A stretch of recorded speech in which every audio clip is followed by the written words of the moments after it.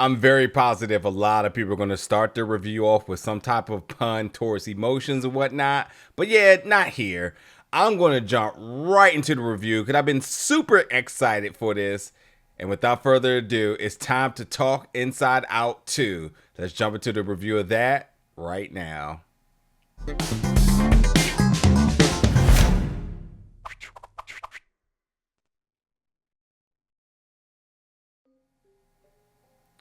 What's up, everybody, and welcome back to the channel today for another review. And today we're going to be reviewing the new film Inside Out 2, coming to theaters June 14th.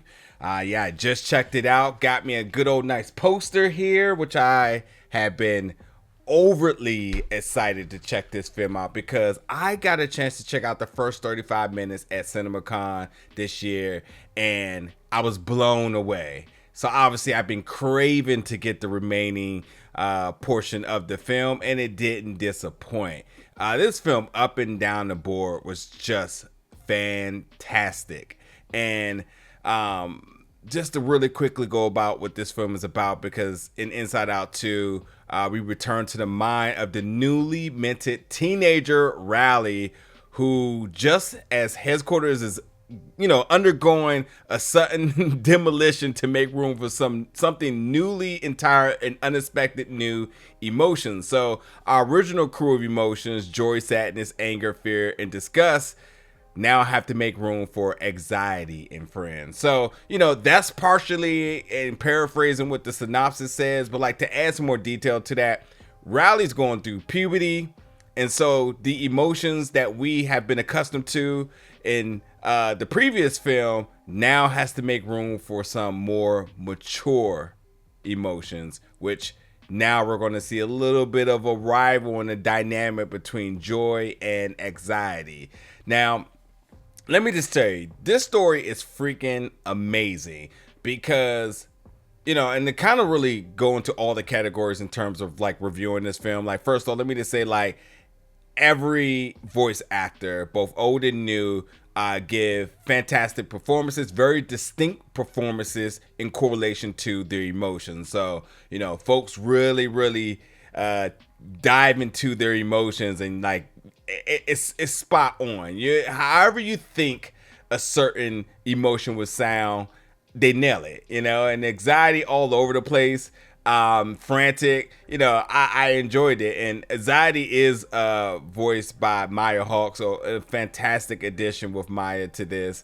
But nonetheless, up and down the board, the voice acting crew shows up, and it's Disney Pixar. Of course the animation is going to be great, and I saw this in IMAX, and like they really utilize every bit of the technology with an IMAX screen, because the colors are not even overstimulating of sorts. They're just so vibrant, and like you feel them from all the different things that are happening. Like they're easy on the eyes, but yet they keep your eyes glued. So like Disney Pixar, you know what to expect with them. It never lets down. It only gets better. And this definitely was a fantastic outing visually from this film. Speaking of that, I gotta say, I really enjoyed this film so much. I think I may have to slide Inside Out 2 in my top 3 Pixar films of all time. And I feel very confident in saying I feel like this is going to be my favorite animated film of the year. And I know Sonic is coming. I know Moana is coming at the end of the year. But for what it's worth, man, this one's just so good because I think with this amazing story I speak about, it has a lot of laughs for the kids. I think it has a lot of laughs for adults who are there in terms of chaperoning their kids. But I also think there's a lot of matureness in the storytelling. So adults who just may be interested in this film because they enjoyed the first one and may be curious about what the second one's going to be, I think there's a lot of maturity in the story that adults solely can enjoy this. And in fact, the writing is so intentional in this film that like you relate. There's so many like granted, like there's definitely a lot of puns in this, but there's so many metaphors that just really resonate with adults in terms of our emotions, in terms of when we hit puberty, in terms of how we sort of like put our feelings in a vault next to our deep, dark secrets. Like, they hit all of that. Suppressing emotions, which as an adult, you realize you have to go to therapy for these things now because you didn't know no better. But like, they explore all of this, you know? So you listen, the script is completely hilarious with the new emotions and voice acting and just all that coming together. And like, when you start to talk about actually like the plot, like it is about a sense of self. So Riley is like really, you know, as a middle schooler getting ready for high school, you know, understanding self, going through puberty, you know, and understanding these big feelings that she's having. So, you know, they're going to explore all of that. And there's a bunch of other little things that talk about too, but like, nonetheless, like, they make every bit of the dialogue count.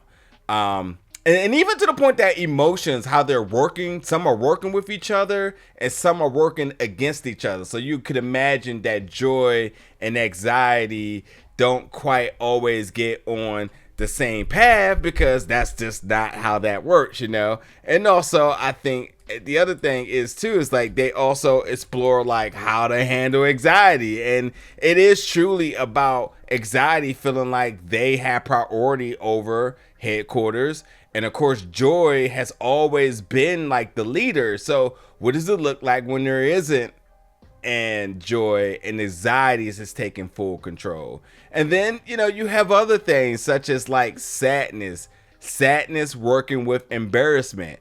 You know, it makes sense because they kind of go one hand in hand, you know. So they use all these sorts of different dynamics in the film, and like there's going to be moments where you can be like, "Ha, I see what you did there," and adults going to pick up on some things, kids may not, but nonetheless, everybody enjoys, you know. And like kind of talking more specifically about Riley's story, like, you know, Riley is getting ready to go to high school. She obviously is really good at hockey, and she gets an opportunity to go to a skills summer camp. And at the skills summer camp, she has to decide if she wants to hang out with the cool kids, the older kids, and, you know, pretty much become a path in terms of her landing on a team, or does she stick with her day ones, you know? And there's some other stuff that kind of is intertwined in that, but like, you know, it's the idea of what does popularity look like. And with that too, like I said, like it is about who she is versus who she wants to be. And then like when you tap back into the mind and into the brain of things, like you're getting sort of imagery for all sorts of different things that she's dealing with, like brainstorming big ideas, your consciousness flow, like they're hitting all of that, you know. It's really, really cool. And then as far as animation, like, yes, we know like the traditional Disney Pixar animation, but there's also some Blue's Clues and Dora the Explorer animation, and yet sort of characters involved, breaking the fourth wall. I'm going to tell you right now, you're going to fall in love with them. I don't even want to give that away, but you're going to fall in love with them. If you want to know who the true villain of this film is, it's Panic Attack.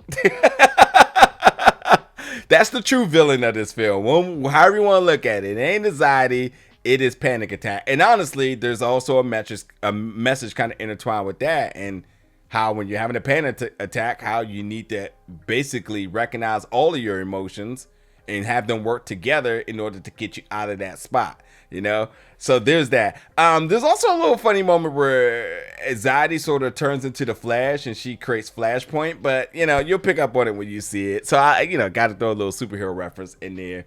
But listen, there is an after the credit scene, so you want to stay all the way through for that. And while there isn't a very distinct signal that indicates that there's a sequel, I hope they never stop making these. Inside Out has just been really one of the best creations within the Disney Pixar animated studios in terms of the properties and that they, you know, that they have created, and it's just really worked. It's family friendly. There's so much for everybody. And it just keeps getting better and better. Like, I really love the first one. This one just doubled down. And again, for have seen in the first 35 minutes, I was hooked. So I couldn't wait to see how they was going to deliver for the remaining part of the film, and they did not disappoint. There's a lot in this film, and I think it has so much rewatchability because I think there's so many little things you could pick up on. I think there's things you're going to resonate with. I think you may actually tap into your own nostalgia. You'll kind of see how that comes into play. As I mentioned, adore to explore Blue's Clues animation and the character around it. I'll just say, Pouchy, you're going to love some Pouchy. Pouchy is soon to be the next big merchandise that Disney blasts out and everybody wants it. I don't know, man. Pouchy was absolutely a scene stiller and this a laugh machine. So there is that. But without a doubt, and I think you already know it yourself, you want to check out Inside Out 2. Coming to theaters June 14th. Once you do, folks, get in the comments. Let me know your thoughts about it. Let me know some of the themes you also picked up on. There's so much in there. And I'm sure our therapists out there in the world are going to look into this film and really break this down in a way that myself had no clue that was being kind of intertwined into all of the storytelling and the writing, because there's a lot. There's definitely a lot. And I only could imagine understanding the dynamics between two different emotions working together or working against each other, and ultimately seeing the result of that and how does it affect us as a human. But in this case, Riley, like, I'll be beyond down to kind of see a breakdown like that. But yeah, with all the puns and all the metaphors and so on, it's just overall a very good movie. So yeah, check out Inside Out 2. Jump in the comments, folks. Let me know your thoughts about it. And as always, stay tuned for more reviews very soon.